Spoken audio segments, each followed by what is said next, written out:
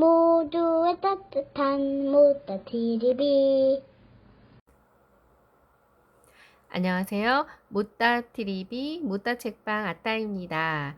디지털 시대의 올바른 자녀 교육을 위한 부모혁명입니다. 강정자 지음 미다스 북스 출판사입니다.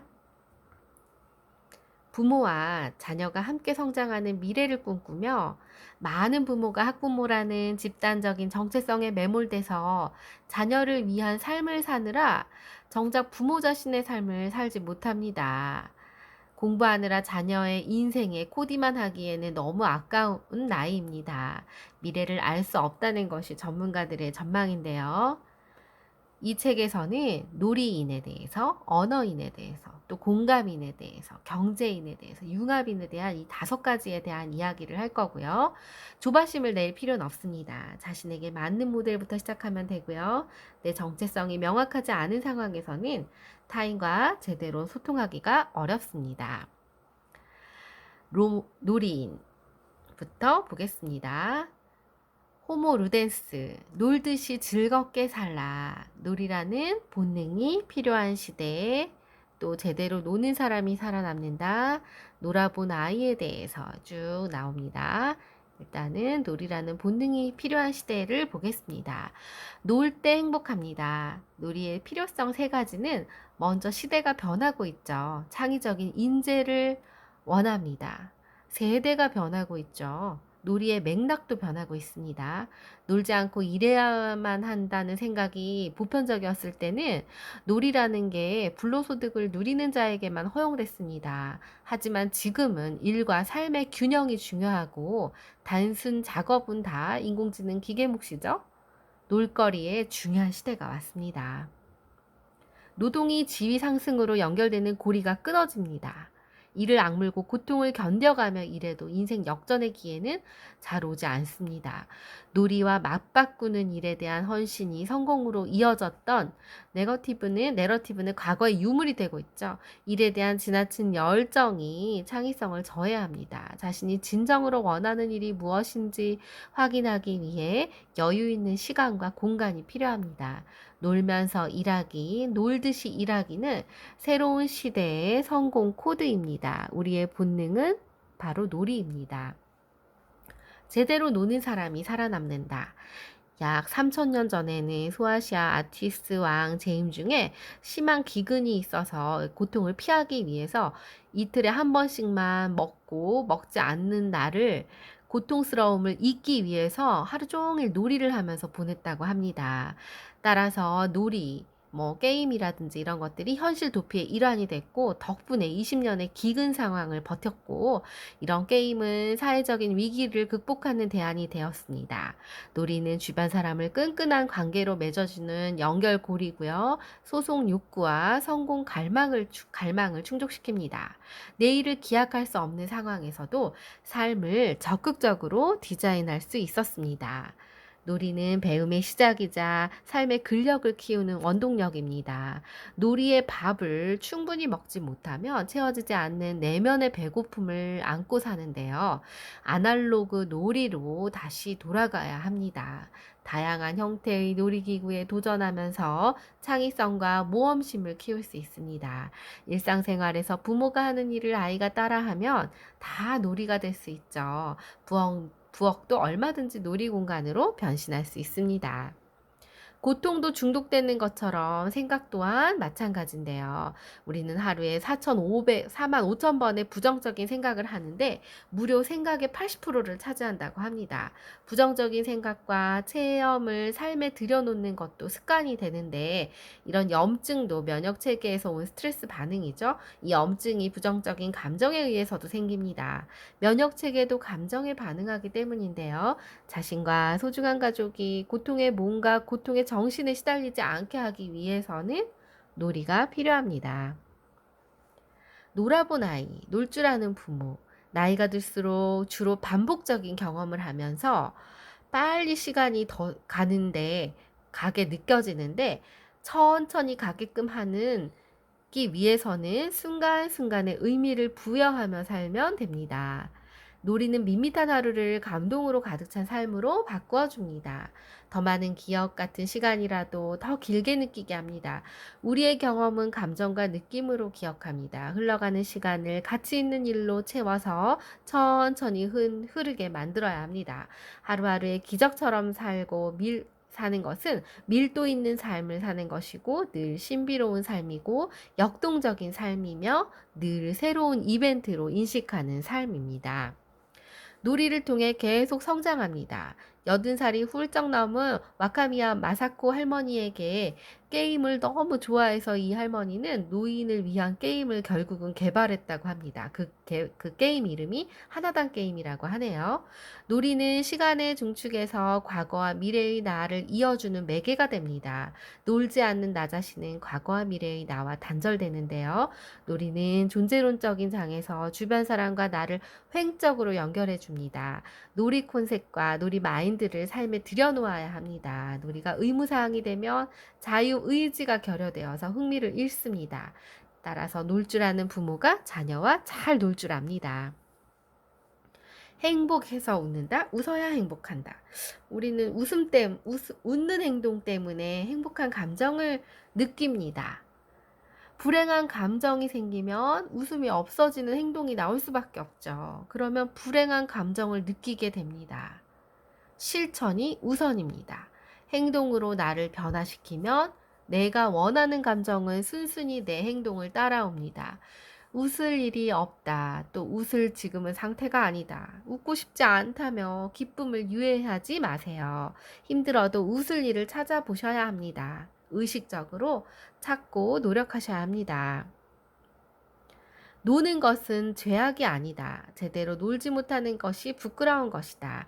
호모 루덴스의 삶은 놀이라는 프레임으로 탄력적으로 리셋되는 것입니다. 포기하지 않는 힘, 낙관적인 인생관. 낙관적인 사람은 실패를 경험하면 실패 요인이 내 안에 있다고 생각하고 요인을 수정하려고 하고 보완하면서 적극적으로 주도적으로 삶을 살아갑니다. 비관론자들은 실패를 경험하면 실패 요인이 자신의 힘으로는 도저히 바꿀 수 없는 외부에서 일어난 일이고 실패했다고 여겨서 자신을 무능하다고 비난하고 수동적인 삶을 살고 의존적인 삶을 삽니다. 따라서 상반된 인식 차이가 낙관적인 사람에게도 성취도를 더 높게 만드는데요. 실패 경험이 성장을 향한 도전 여정이라 여기는 자가 성공합니다. 패배하더라도 실패에 굴복하지 않는 불굴의 의지가 필요합니다. 낙관주의는 바로 이 포기하지 않는 힘에서 근간이 됩니다.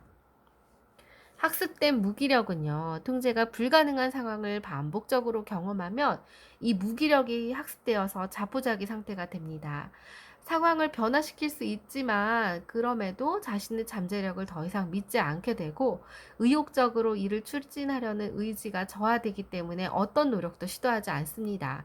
불안이나 우울 같은 이런 부정적인 감정에 쉽게 빠지게 되는데요. 자아 효능감도 볼 필요가 있죠. 긍정적인 마음가짐을 바탕으로 어떤 일을 해낼 수 있다는 자신감입니다.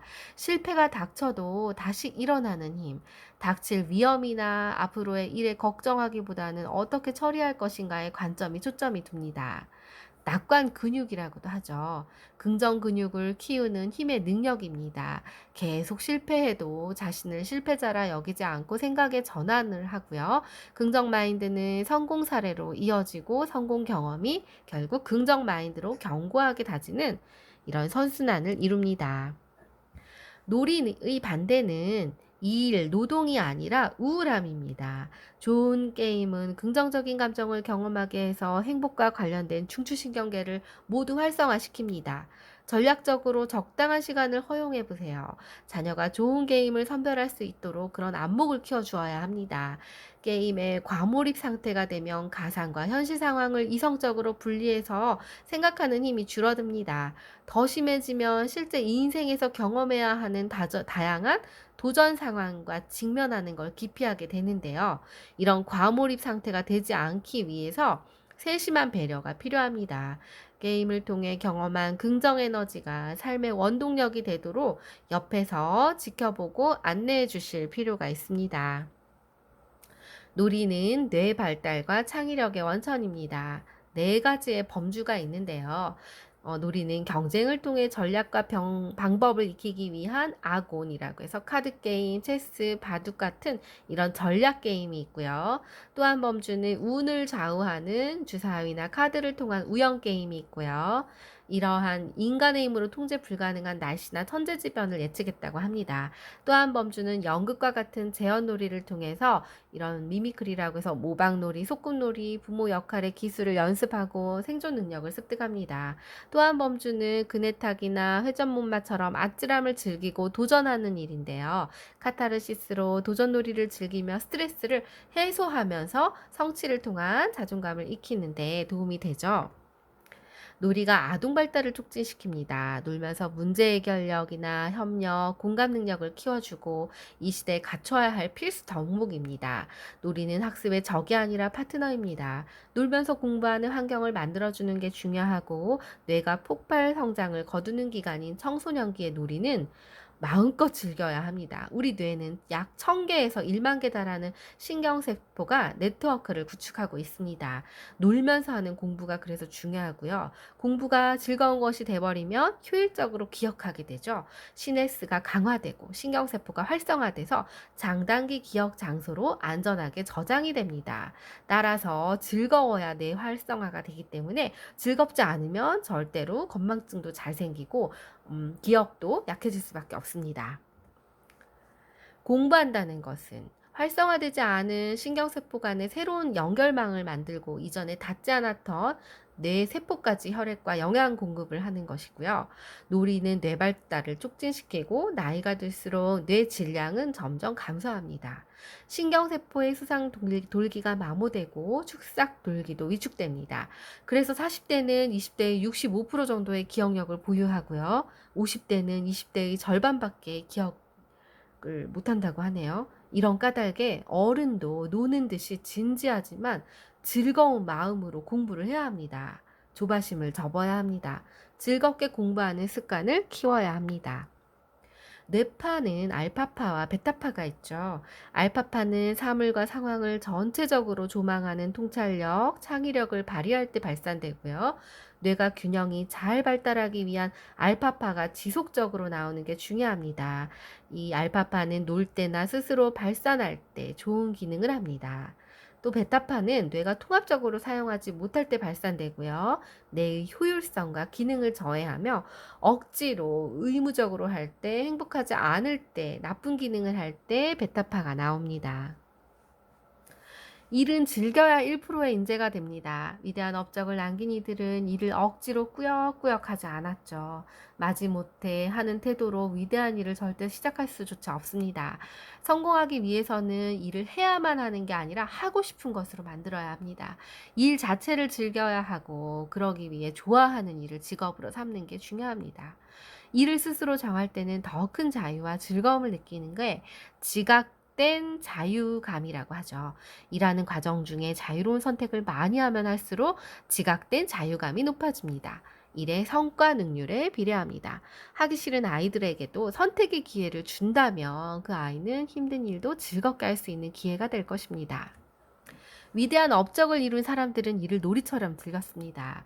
놀이도 얼마간의 불편감과 아픔이 있는데 전념하는 순간은 안타까운 감정도 수반되고 이것은 일, 또 이것은 놀이라고 명확하게 경계를 긋기보다는 일할 때 놀이 요소를 많이 집어넣는 게 현명합니다. 노는 것이 신체를 움직이는 것에 국한하지 않고 언어를 활용한 놀이나 위트나 재치나 일을 놀이처럼 유쾌하게 처리하는 이들이 강조하는 덕목입니다. 일하듯이 놀고 놀듯이 일하라. 유머 감각이 있는 사람을 신입사원으로 채용을 많이 하죠. 읽기 힘든 메시지를 담아 위치를 안내한다든지 금지 메시지를 딱딱하게 전하기보다는 저항감 없이 받아들이게 하는 것도 중요합니다. 놀 줄 알아야 합니다. 내가 살기 위해 꼭 필요한 핵심 기술이죠. 놀듯이 일하는 것에 죄책감을 갖지 말아야 합니다. 내가 재미있게 살아야 주변에 있는 이도 행복해집니다. 지금은 일을 즐겁게 하는 프로만이 남다른 인재 1%로 우뚝 설 수 있는 시대입니다. 놀이인의 통찰을 보면 놀이로 구축된 인류 운명사를 살펴보겠습니다. 제대로 놀기 위한 지식, 기량, 용기, 힘이 필요합니다. 놀이에서 중요한 것은 승부가 아닌 게임이고요. 결과는 중요하지 않습니다. 과정 자체가 중요한데요. 승부만 염두에 둔다면 더 이상 그것은 놀이가 될 수가 없죠. 놀이와 문화는 쌍둥이처럼 발전했습니다. 문화는 놀이 형태로 시작되고 사회는 놀이라는 프레임을 통해서 세상을 해석했습니다. 놀이는 공동체를 전제로 하고 2명 이상 모여야 가능합니다. 놀이는 가치 중립적이고 문학도 놀이에서 탄생했고 철학도 놀이에서 탄생했고요. 음악도 놀이에서 유래되었습니다. 놀이는 인류 문명의 발전사와 운명을 함께 해오고 공동체 내의 유대감을 놀이를 통해 다졌고 놀이를 통해 잉여 에너지를 분출했습니다. 지혜로운 인류사에 이어 우리는 미래에 필요한 역량도 놀이를 통해서 쌓아야 합니다. 놀이인의 배운 비법, 움직여라. 공부하고 일할 때 곁들이는 습관 중에 하나가 바로 운동입니다. 운동은 온 가족이 즐겁게 놀 수 있는 방법이고 운동을 해야 뇌 발달을 촉진하는 호르몬이 분비되고 기억하고 학습을 관장하는 해마가 건강해집니다. 운동은 뇌 발달에 효과적인 일관된 실증 결과를 얻게 되는데요. 스즈키 교수님은 운동 전도사로 변신을 했죠. 최소한의 운동량은 일주일에 3번, 땀이 날 만큼 매회 20분 정도 운동하는 것이다. 이렇게 운동하고 나면 운동 효과가 2시간 동안 지속된다. 머리를 써야 하는 일이 있다면 운동 직후 2시간 안에 해보자. 라고 이야기를 했습니다. 해결 방안이 잘 떠오르지 않고 업무가 잘 안 되거나 암기해야 할 중요한 것이 있거나 영어 스피치를 해야 할 때 주저하지 않고 피트니스 센터로 발길을 돌립니다. 20분 정도 근력 운동과 인터벌 러닝을 하면서 집중할 문제에 계속 생각하고 외국어 문장을 암기합니다. 1년간 꾸준히 실천한 결과 저자는 운동 직후에 최상의 컨디션을 자랑하는 해마의 덕을 톡톡히 볼 수 있었다고 합니다. 운동 후 기억력이 좋아지고 에너지가 샘솟아서 일을 더 빠르게 쉽고 처리할 수 있었다고 하네요. 운동은 뇌를 위해서 우리가 할 수 있는 가장 훌륭한 노력이며 효과적인 방법입니다. 운동하면 각종 신경 전달 물질이 분비돼서 집중력을 높이고 기분 전환은 학습에 긍정적인 태도를 갖게 합니다. 운동은 하루에 짧게 하지만 인생을 길게 해준다. 조스린이 한 말이죠. 걷기만 해도 긍정 호르몬 세로토닌이 분비됩니다. 줄 없이 하는 기적의 줄넘기도 온 가족이 쉽게 할 수 있는 운동이 됩니다. 줄넘기 5분만 해도 뇌의 산소 공급이 원활해져서 기억력과 이해력을 높입니다. 규칙적인 농구를 한 버락 오바마 시간가 있었죠. 시간은 충분하다. 부족한 것은 의지이다. 운동하면 뇌로 가는 혈액, 산소 공급이 늘어서 뇌의 모세혈관이 확장되어 뇌 세포도 늘어납니다. 하지만 새롭게 생긴 뇌세포를 그대로 두면 채 한 달도 버티지 못합니다. 뇌세포가 살아남도록 끊임없이 자극해야 합니다. 운동으로 뇌세포를 만들고 학습을 통해 세포가 지속적으로 생존할 수 있게 하는 것이 호모 루덴스의 배움 비법입니다. 2장 언어인 호모 로쿠엔스 읽고 쓰고 말하라 를 살펴보겠습니다. 말과 글로 나를 어필해야 하는 시대입니다. 침묵은 금이라고 하고 예전부터 말 잘하는 사람을 견제해온 한국 문화를 살펴볼 수 있는데요. 지금은 세상이 바뀌었죠. 수평사회이면서 권력이 특정인에게 집중되지 않습니다. 말과 글로 나를 표현하는 게 중요한 세상이 되었습니다. 인터넷으로 연결된 망 안에서 생각의 대부분은 음성이나 활자로 기록에 남습니다. 언어를 사용해 소통하는 언어적인 인간은 앞으로 더더욱 중요해질 수밖에 없습니다. 세계 경제 포럼은 2016년에 미래 핵심 역량으로 문제력, 수리력 같은 기초 기술, 협력과 문제 해결력 같은 직무 능력, 호기심, 주도성 같은 인성 자질을 꼽았습니다. 이 중 언어를 기반으로 하지 않는 역량은 없습니다. 우리는 생각, 신념, 지식, 능력을 말과 글로 표현해야 하기 때문입니다. 앞으로 프리랜서의 비중은 더 증가할 전망입니다. 네트워크 사회의 소비자와 생산자 경계는 불분명해집니다. 아무리 좋은 제품과 서비스를 만들어도 고객에게 어필 못하면 시장에서 살아남지 못합니다. 마케팅은 어쩌면 생존의 필수 조건이죠. 마케팅은 글과 말을 기본으로 합니다. 미래는 나와 다른 이들과 협력하고 소통하는 힘이 더 중요합니다. 침묵이 우대받는 시대는 지났습니다. 말하기 기술을 향상시키기 위한 비법을 익힐 때입니다. 이제 모두가 스피치의 주인공입니다. 미래학자 토머스 프레이는 향후 15년 내에 직업의 40%가 프리 에이전트로 채워질 거라고 전망합니다. 나라는 브랜드로 대중 앞에서 승부를 걸어야 하는 순간이 목전에 왔습니다. 내가 아무리 대단한 능력자라고 말해도 제대로 표현 못하면 소용없습니다. 내가 가진 역량은 말을 통해 보여줄 수 있습니다. 많은 이가 효과적으로 전달하지 못합니다. 이 말을. 할 말을 대충 머릿속에 넣어두기 때문인데요. 체계적으로 쌓여있지 않은 생각 덩어리는 깔끔하게 인출되기 어렵습니다. 이런 엉킨 생각의 탈에부터 떼어내야 하는데 이후 비슷한 것끼리 모아 생각의 갈래를 만들어 두어야 하고 생각 덩어리를 정리하고 연습은 필수입니다. 언어는 비언어적인 요소가 중요하죠. 언어의 내용은 사실 7%에 불과합니다. 그럼 나머지 93%는요? 사실 음성이나 비언어적인 것들이 좌우를 하는데요. 상대방과 교감하지 않은 채 일방적으로 말하면 관객에게 제대로 전달이 안 됩니다. 많이 말하려고 노력하기보다 꼭 나누고 싶은 몇 가지 내용을 효과적으로 어떻게 전달할지 고민하는 게 현명합니다. 창의는 모방에서 시작합니다. 많은 말보다 필요한 말을 영향력 있게 전달하는 연습이 필요하고 시청각적인 실현과 직접 경험한 이야기의 중요성이 필요합니다. 모호하고 추상적인 단어를 열거해서는 듣는 이의 마음을 사로잡을 수 없죠. 거룩한 말씀만 되뇌면 청중은 집단 수면에 빠집니다. 구체적인 에피소드가 청중을 집중하게 합니다. 항상 메모지는 필수이고요. 지나다니면서 괜찮은 사례를 찾으면 늘 적어야 합니다. 스피치 전에는 말할 내용을 정리해 놓습니다. 스토리라인은 미시적인 에피소드에서 헤매지 않고 전체적인 이야기 흐름으로 돌아가게 해줍니다. 말은 다른 이와 마음을 나누는 과정이죠. 스피치도 청자와 마음을 나눌 때 완성됩니다. 자녀와 세련되게 소통하는 부모, 나 대화법으로 차근차근 말해야 합니다. 나는 이럴 때 이렇게 느껴 라고 하면서 나 입장에서 전달이 돼야 하는데요. 이 말 껍데기 이면에 진짜 감정과 그 안에 담긴 내용을 봐야 합니다. 감정은 가치 판단으로부터 자유롭습니다. 말할 때 사람 간에는 적당한 경계선을 유지하는 게 중요합니다. 특히 제일 가까운 가족 간에는 더 적당한 거리감이 꼭 필요하죠. 듣는 카리스마를 발휘해서 자녀가 말하는 것을 잘 들어줘야 합니다. 이 안에서 가치 판단을 해선 절대 안 되고요.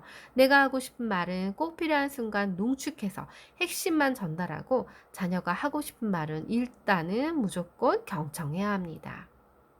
경청에는 5가지 질문 기술이 있습니다. 열린 질문, 자녀의 생각을 묻는 질문이지요. 두 번째는 가설 질문, 특정 상황을 상상해 보도록 하는 것입니다. 목표 지향 질문은 미래의 목표에 초점을 맞춰서 긍정적으로 이끄는 것이고요. 감정 질문은 현재 감정과 마음을 묻는 것입니다. 중립적인 질문은 생각과 의도와 감정에 대해 질문하기보다 현재 사실 관계에 초점을 맞춘 질문을 하고 지금 결정 내려야 하는 것과 이 순간 확인해야 하는 것이 무엇인지를 점검하는 것입니다. 이렇게 질문으로 이야기를 나누면 부모는 자녀의 사고력을 다질 수 있게 추임새를 넣는 것으로 충분합니다. 잘 맞장구만 쳐주시면 됩니다. 자녀가 스스로 이야기를 하고 말하는 과정 안에서 생각할 시간을 줘야 합니다. 질문은 아이의 각도에서 분석하는 힘을 기르게 합니다. 세상을 사는데 속도보다는 올바른 방향으로 살고 있지 않는지 방향이 더 중요합니다. 안정 같은 기본 욕구가 충족되지 않으면 그 이상의 단계인 자아 실현의 고차원적인 욕구는 실현하기가 어렵습니다. 하고 싶은 말보다 아이가 이야기하고 싶은 것을 질문하고 온 몸과 마음으로 들어주는 부모가 되어야 합니다. 강함은 딱딱한 게 아니라 유연한 것입니다. 세계를 원한다면 닥치고 외국어. 번역기라는 매개는 진심을 상대방으로 제대로 전달하는 데 한계가 있습니다. 외국어 구사 능력을 갖춰야 합니다. 마크 저커버그 페이스북의 창시자죠. 중국어를 공부했고요. 언어는 새로운 세계로 나아가기 위한 열쇠입니다. 많은 어휘를 익혀야 하고 새로운 언어 법칙을 배워야 합니다. 고급 단계 수준의 외국어 실력은 배신하지 않습니다. 언젠가 투자한 만큼 되돌려줍니다. 의지만 있으면 되고 중요 원칙은 즐겨야 합니다. 글쓰기가 성장의 디딤돌이 된다. 글을 쓰면 생각하는 힘을 기를 수 있습니다. 단단한 사고력이 뒷받침되면 자신만의 색과 향을 갖게 됩니다. 남과 다르게 실천하는 힘, 남과 다름을 용기 있게 이야기할 수 있는 힘, 타인과 다름에도 포용력 있게 받아들이는 힘, 이런 저력이 글쓰기를 통해 길러집니다. 피터 드러커는 세상에 영향을 미치고 싶다면 콘텐츠를 위해 노력하라 라고 이야기했습니다. 위대한 사람은 알고 있는 것을 세상에 퍼뜨리고 시대와 공명했습니다. 철학 교육의 중요성을 또 이야기했죠. 자신만의 가치관을 정립해야 합니다. 유시민의 글쓰기 특강에서 글을 잘 쓰는 비법으로 두 가지를 제시했는데 많이 읽어야 잘 쓸 수 있다. 또 많이 써보는 것이 잘 쓸 수 있다라고 이야기했습니다. 쓰다 보면 아이디어는 떠오르고 생각은 풍성해집니다. 글 쓴다는 건 내 의견을 세상에 드러내는 것이고 감정을 발산해서 외부와 소통하는 것입니다. 자신의 이야기부터 시작하세요. 나와 끊임없는 소통으로 나의 존재를 깨닫고 글을 쓰면 자존감이 높아집니다. 글쓰기를 통한 치유. 고통스러운 사건이나 느낌을 하루에 20분씩 3, 4일 계속 그것을 글로 쓴다든지 그림도 좋습니다. 뭔가 표현할 수 있는 매체라면 좋겠죠. 이야기를 하는 것도 좋죠. 그런데 이렇게 표현을 하다 보면 신체의 면역 기능이 향상이 됩니다. 스트레스를 받는 상황을 글로 쓰면 해방감을 느껴서 부정적인 감정을 견딜 수 있습니다. 면역력이 강화되어서 감염과 질병을 이겨낼 수 있습니다.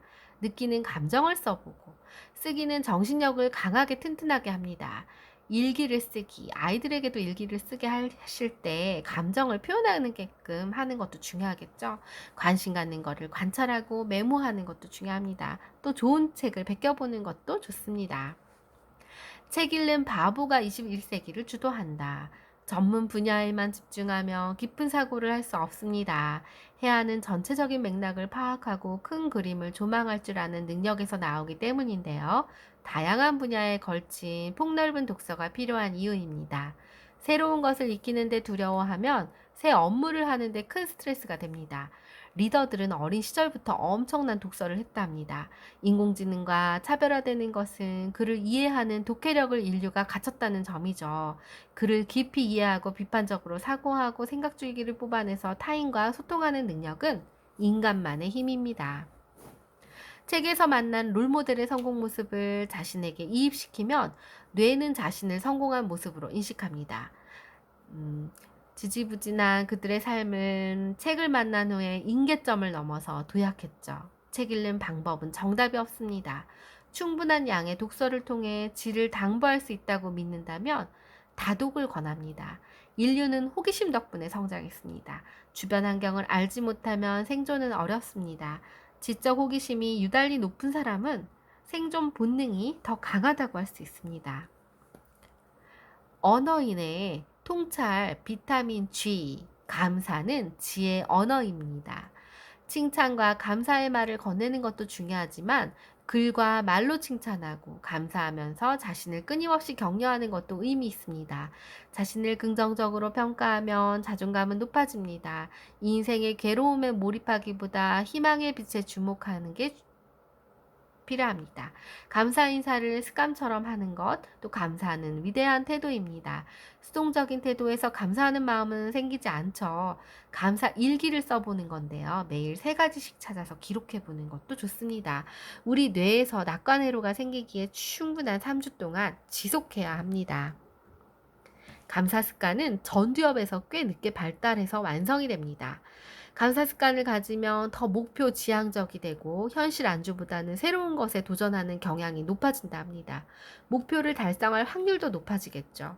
고마움을 잘 표현하는 사람은 주어진 현실을 수동적으로 수용하는데 만족하지 않고 더 큰 의욕을 느껴서 행동 지향적이 됩니다.